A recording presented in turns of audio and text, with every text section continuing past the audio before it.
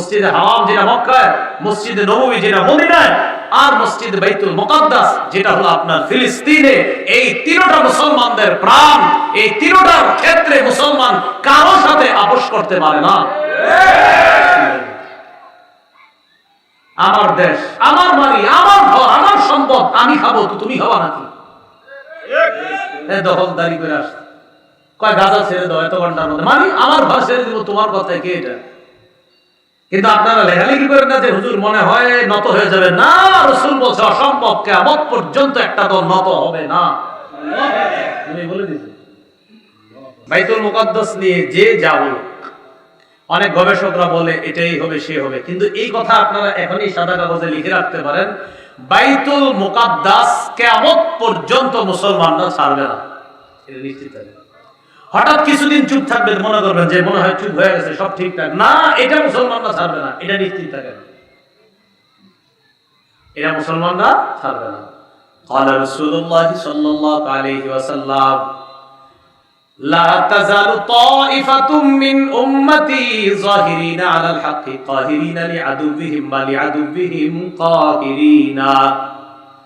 নবীজি বলেন আমার উম্মতের একটা দল সদা সর্বদা হকের উপর অটল থাকবে, লিআদুবিহিম কাহিরিন, শত্রুদের বিরুদ্ধে তারা সব সময় কঠোর থাকবে, শত্রুদের বিরুদ্ধে কঠোর অবস্থানে থাকবে, হাত্তা ইয়াতিয়া আমরুল্লাহ, নবী বলেন কিয়ামত আসা পর্যন্ত, কিয়ামত আসা পর্যন্ত একটা দল অটল থাকবে। সাহাবীরা প্রশ্ন করলেন ইয়া রাসূলুল্লাহ আইনা হুম, এরা কারা, কোথায় থাকবে? নবীজি বললেন বাইতুল মুকাদ্দাস ওয়া আকনাফু বাইতুল মুকাদ্দাস, বাইতুল মুকাদ্দাস আর বাইতুল মুকাদ্দাসের আশেপাশে যারা, তারা কিয়ামত পর্যন্ত হকের উপর অটল থাকবে। সুবহানাল্লাহ। আপনি যত লেখালেখি করেন লাভ হবে না, কারণ আমার নবী বলছে, এটা আপনি নিশ্চিত থাকেন, এটা ছাড়বে না মুসলমান। হঠাৎ দেখবেন কিছুদিন মানে এটা চুপচাপ থাকবে, কিন্তু না, এটা মুসলমান যদি মনে করে যে চুপচাপ মানি শেষ করে দিছে, না, অসম্ভব।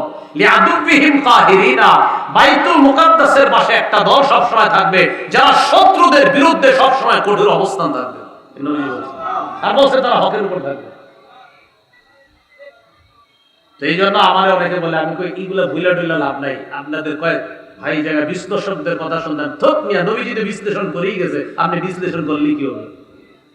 নবীর চেয়ে বড় সুন্দর বিশ্লেষণ আর কে করবে? নবী বিশ্লেষণ দিয়ে গেছে, এখন আপনি যতই বিশ্লেষণ দেন মুসলমান এটা ছাড়বে না, এটাই চূড়ান্ত কথা।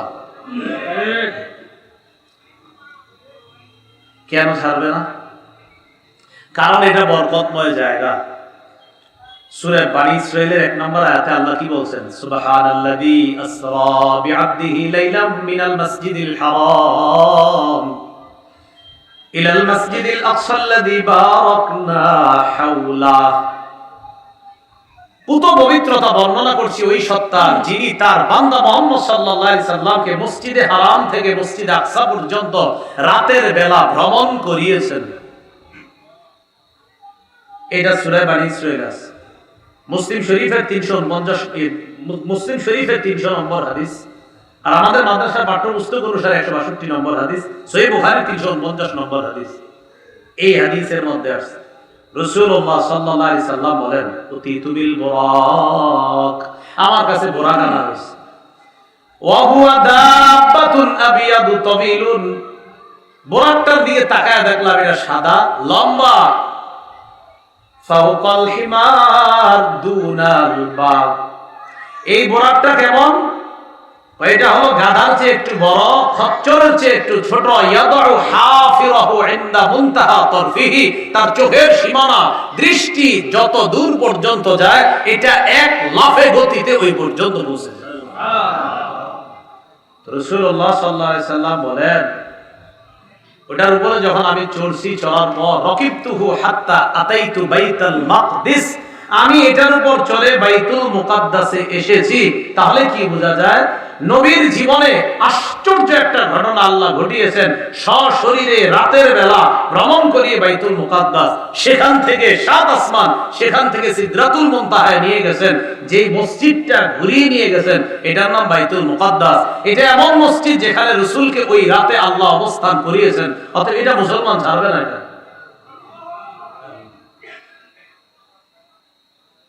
আল্লাহ পাক রব্বুল আলামিন সূরা সাবার মধ্যে বলেন ওয়াজআলনা বাইনাহুম ওয়া বাইনাল কুরাল্লাতী বারাকনা ফিহা কুরান যাহিরা, আমি তাদের মাঝে আর ওই এলাকার মাঝে যে এলাকাকে আমি বরকতপূর্ণ করেছি, কোরআন যাহিরা স্পষ্ট আরো অনেকগুলো এলাকা তৈরি করে দিয়েছি। এই বরকতপূর্ণ এলাকা দ্বারা উদ্দেশ্য বাইতুল মুকাদ্দাস আর তার আশেপাশের এলাকা।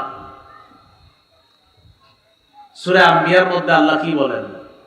وَنَجَّيْنَاهُ وَلُوطًا إِلَى الْأَرْضِ الَّتِي بَارَكْنَا فِيهَا لِلْعَالَمِينَ। ইব্রাহিম এবং লূতকে আমি আল্লাহ মুক্তি দিয়ে নিয়ে গেলাম ইলাল আরদিল্লাতি বারাকনা ফিহা, ওই এলাকার মধ্যে নিয়ে গেলাম, জমিনকে আমি আল্লাহ বরকতময় বানিয়েছি লিল আলামিন, বিশ্ব জগতের জন্য বরকতপূর্ণ বানিয়েছি। তাহলে বাইতুল মুকাদ্দাস বরকতময় শুধু ফিলিস্তিনিদের জন্য না সারা দুনিয়ার জন্য? যারা দুনিয়ার মুসলমানরা এটা ছাড়বে না। মুসলমানরা দোয়া করতে হবে দূর থেকে, আমরা যারা দূরে আছি এটার জন্য দোয়া করতে হবে, কারণ আমাদের সবার জন্য বরকতের জায়গা। ঈসা আলাইহিস সালাম আল্লাহর কাছে, সুলাইমান আলাইহিস সালাম আল্লাহর কাছে তিনটা জিনিস চেয়েছেন। বলেন কয়টা? তিনটা জিনিস আল্লাহর কাছে চাইছে সুলাইমান আলাইহিস সালাম। তিরমিজি শরীফের বর্ণনা 3954 নম্বর হাদিস। সুলাইমান আলাইহিস সালাম আল্লাহর কাছে এক নাম্বার চাইছে হুকমান ইউসাদিফু হুকমা, আল্লাহ আপনি আমাকে এমন বিচার করার অভিজ্ঞতা ক্ষমতা দান করেন যে বিচারে কোনো ভুল হবে না, বরং আপনি বিচার করলে যেমন একদম খাঁটি বিচার হয় এরকম বিচার করার যোগ্যতা আমার দেন। এক নাম্বার চাইছে। দুই নাম্বার চেয়েছে ওয়া মুলকান লা ইয়ামবাগি লি আহাদিন মিন বা'দি, আল্লাহর কাছে বলেছেন আল্লাহ আপনি আমাকে এমন রাজত্ব দান করেন যে রাজত্ব আমার পর আর কাউকে আপনি দিবেন না। সুলাইমান নবীরে আল্লাহ বিচার করার যোগ্যতাও এমন দিয়েছেন, এমন রাজত্ব দিয়েছেন, সুলাইমান নবী মানুষের রাজা হওয়ার পাশাপাশি পশু পাখির রাজা পর্যন্ত আল্লাহ তাকে বানায় দিয়েছেন, রাজত্ব দিয়েছেন। পিঁপড়ার ভাষা বুঝতে, ওয়াউল্লিমনা মানতিকাত তাইর, পাখির ভাষা বুঝতে, সব বুঝতে।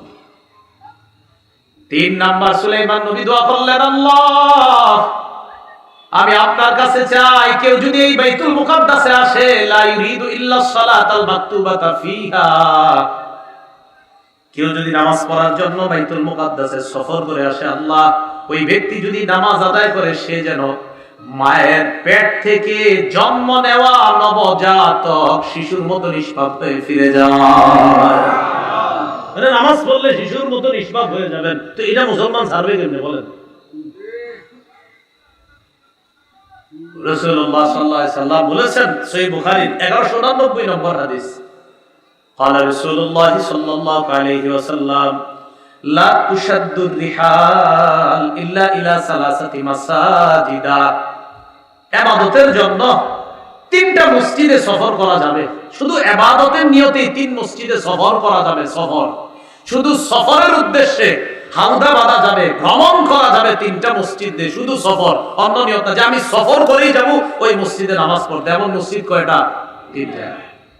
এক নাম্বার আল মসজিদুল হারাম, এক নাম্বার মসজিদে হারাম। দুই নাম্বার মসজিদি হাযা ওয়া ফি রিওয়ায়া ওয়া মসজিদের রাসূল সাল্লাল্লাহু আলাইহি ওয়াসাল্লাম। দুই নাম্বার মদিনার মসজিদে নববী, আল্লাহর নবীর মসজিদ। তিন নাম্বার ওয়া মসজিদুল আকসা, ফিলিস্তিনের বাইতুল মুকাদ্দাস। এই তিনটা মসজিদে ভ্রমণ করার জন্য সফর করা যাবে। শুধু ভ্রমণ যে আমি ওখানে শুধু এই তিন মসজিদে যাব নামাজ পড়তে, ইবাদত করতে, নবী বলেন ইবাদত, শুধু ইবাদতের জন্য এই তিন মসজিদে সফর করা যায়। এখান থেকে স্পষ্ট বুঝে আছে যে রাসূল সাল্লাল্লাহু আলাইহি সাল্লাম বাইতুল মুকাদ্দাসের গুরুত্বটাও আলাদা দিয়েছেন। কিভাবে? ওই মসজিদে হারাম, মসজিদে নববী, এটার সাথে ওইটারও রাসূল গণ্য করছেন।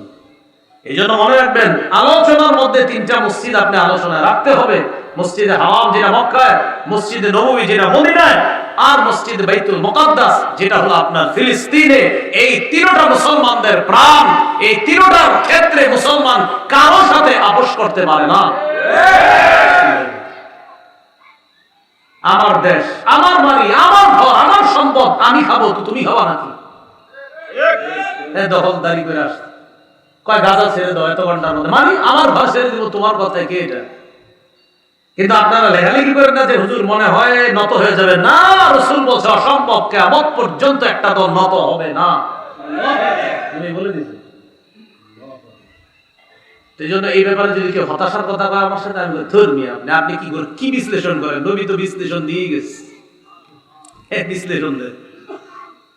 তো বলছিলাম বাইতুল মুকাদ্দাস বিজয় হবে কিয়ামতের আগে। এটা বিজয় হওয়াটা এটা কিয়ামতের একটা আলামত হবে। হ্যাঁ, বাইতুল মুকাদ্দাস বিজয় হয়ে গেছে।